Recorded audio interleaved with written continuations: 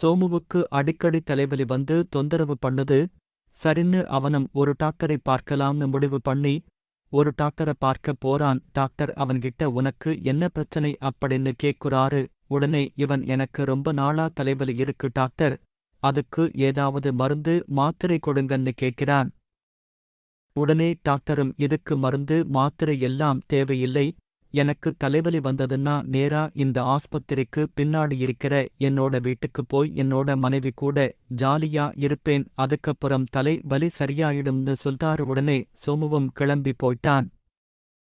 Doctor வேலைய முடிச்சுட்டு மத்தியானம் சாப்பிட பின்னாடி இருக்கிற வீட்டுக்கு போய் காலிங் பெல் அடிக்கிறாரு. யாரும் கதவை திறக்கலை. உடனே டாக்டர் கதவை தள்ளிப் பாக்குறாரு. கதவு திறந்து இருக்கு. உள்ள ஹால்ல டாக்டரோட மனைவியும் ராமுவும் சோபாவுல ஜாலியா இருக்காங்க. உடனே டாக்டர் கோபத்தோட நீ இங்க என்ன பண்ற அப்படின்னு கேக்குறாரு. உடனே சோமு நீங்க தான் டாக்டர் தலைவலி வந்தா வீட்டுக்கு போய் உங்க வைஃபை வேலை செய்வேன்னு சொன்னீங்க, அதனாலதான் நானும் உன்னை மனைவியை வேலை செஞ்சு என்னோட தலைவலிய சரி பண்ணிக்கலாம்னு வந்தேன், ஏன்னா எனக்கு இன்னும் கல்யாணமே ஆகல டாக்டர் என்றான் சோமு.